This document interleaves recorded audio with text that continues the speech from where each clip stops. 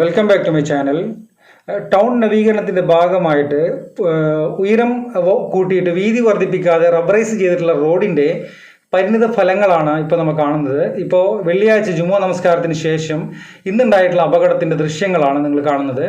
വളരെ തിരക്കേറിയതും അതുപോലെ തന്നെ നിരവധി തൃശ്ശൂർ റോഡിൽ അതുപോലെ പറപ്പൂർ റോഡിലൊക്കെ അതുപോലെ കാഞ്ഞാണി റോഡിലെല്ലാം ഓടുന്ന പ്രൈവറ്റ് ബസ്സുകൾ 5 മിനിറ്റ് കൂടുമ്പോൾ ബസ്സുകൾ ഈ റോഡിലൂടെ ഓടുന്നുണ്ടെന്നാണ് കണക്ക്.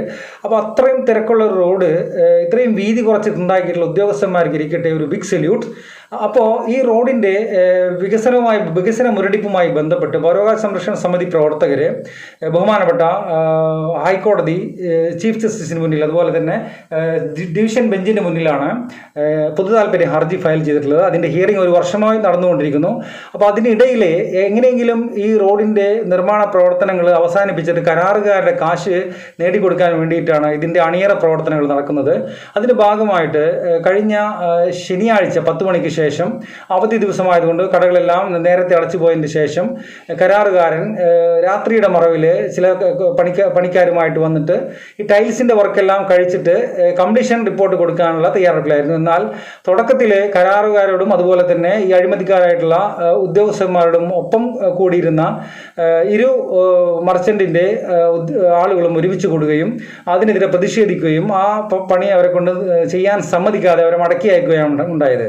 അപ്പോൾ ഈ അപകടങ്ങളുടെ ഈ ഘോഷയാത്ര കാണുമ്പോൾ തന്നെ നമുക്ക് മനസ്സിലാക്കാൻ കഴിയും ഇതിൽ വളരെ വലിയ രീതിയിലുള്ള അഴിമതികൾ തുടക്കത്തിൽ തന്നെ നടന്നിട്ടുണ്ട്.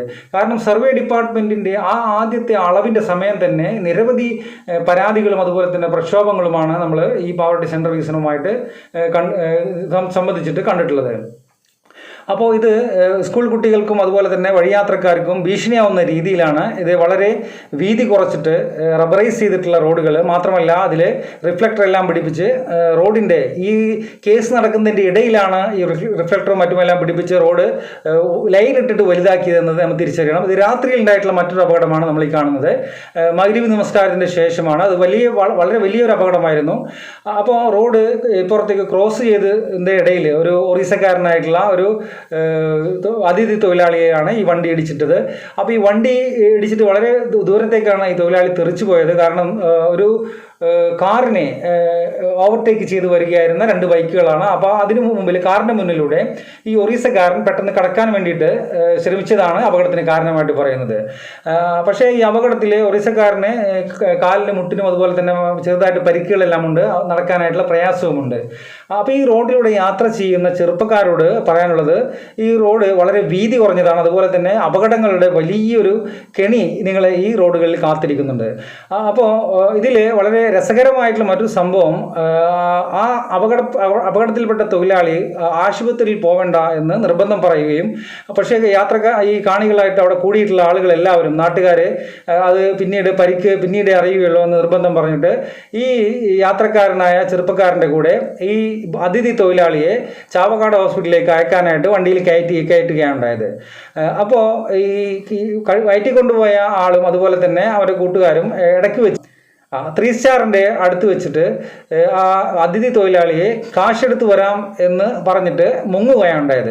ഇത്തരത്തിൽ പ്രവർത്തിക്കുന്ന സഹോദരന്മാരോട് എനിക്ക് പറയാനുള്ളത്, നിങ്ങളെപ്പോലെ തന്നെ ഒരു ജീവൻ തന്നെയാണത്. അപ്പോൾ നിങ്ങൾക്ക് ഇതേപോലെ തന്നെ മറ്റ് സംസ്ഥാനങ്ങളിൽ പോയിട്ട് പരിക്ക് പറ്റി ഇതുപോലെ നിങ്ങൾ ഹോസ്പിറ്റലൈസ് ചെയ്യാമെന്ന് പറഞ്ഞിട്ട് നിങ്ങളവരെ പറ്റിക്കുമ്പോൾ നിങ്ങൾക്കുണ്ടാകുന്ന അതേ വേദന തന്നെയാണ് ഈ അതിഥി തൊഴിലാളിക്കും ഉണ്ടാവുക. അവന് ചിലപ്പോൾ 2-3 ദിവസത്തേക്ക് ജോലിക്ക് പോകാൻ കഴിയാത്തത്ര പരിക്ക് ചിലപ്പോൾ ഉണ്ടാവും. കാരണം നല്ല ശക്തമായിട്ടുള്ള ഇടിയിൽ അവൻ ദൂരേക്കാണ് തെറിച്ചു പോയിട്ടുള്ളത്.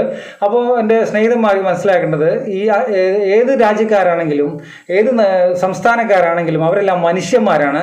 നമ്മളെ മനുഷ്യത്വത്തിൻ്റെ പേരിലാണ് നമ്മളെ എല്ലാവരും മനുഷ്യൻ എന്ന് പറയുന്നത്. ജാതിയുടെയും മതത്തിൻ്റെ പേരിലല്ല, മനുഷ്യൻ്റെ ഉള്ളിൽ കിടക്കുന്ന മനുഷ്യത്വത്തിൻ്റെ പേരിലാണ് നമ്മളെ സമൂഹം മനുഷ്യൻ എന്ന് വിളിക്കുന്നത്. അപ്പോൾ ഇത്തരത്തിൽ ദയവ് ചെയ്ത് രക്ഷിതാക്കൾ ആരെങ്കിലും അറിയുന്നവരാണെങ്കിൽ അവരെ പറഞ്ഞ് ബോധവൽക്കരിക്കണം. ഒരിക്കലും ഇത്തരത്തിലൊരാളോടും നമ്മൾ ഹോസ്പിറ്റലിൽ കൊണ്ടുപോകാം എന്ന് പറഞ്ഞിട്ട് വണ്ടിയിൽ കയറ്റിയിട്ട് ഇടയ്ക്ക് ഇറക്കി വെച്ച്, അതായത് ഏകദേശം ഒരു 1/2 കിലോമീറ്ററോളം മുന്നിൽ ഈ പാവത്തിനെ ഇറക്കി വിടുകയാണ് ഉണ്ടായത്. അപ്പോൾ ഇറക്കി വിടുന്നതിന് അവർ ഇറക്കി വിടുന്ന സമയത്ത് അവന് എന്തെങ്കിലും 2 ദിവസത്തേക്ക് ജോലിക്ക് പോകാൻ കഴിയാത്ത രീതിയിലാണ് ആ ചെറുപ്പക്കാരൻ ഉള്ളത്, അതിഥി തൊഴിലാളി. അപ്പോൾ എന്തെങ്കിലും ഒരു കോമ്പൻസേഷൻ ചെയ്തതായിട്ട് കൊടുക്കുകയാണെങ്കിൽ അവന് സന്തോഷമാവും. ഇപ്പോൾ കേരളക്കാരെ സംബന്ധിച്ചിടത്തോളം അതിഥി തൊഴിലാളികളുടെ ഭാഗത്ത് നിന്ന് അവർ നമ്മളെപ്പറ്റി വിലയിരുത്തുക, നിങ്ങളുടെ ഈ പ്രവൃത്തി കൊണ്ട് കേരളക്കാർ മൊത്തം ഫ്രോഡുകളാണ് അല്ലെങ്കിൽ ഇത്തരത്തിൽ ാണ് എന്ന നിലയ്ക്കാണ് അവർ നമ്മളെ വിലയിരുത്തുക. അപ്പോൾ അടുത്ത ഒരു വീഡിയോയിൽ കാണുന്നതുവരെയും ബൈ.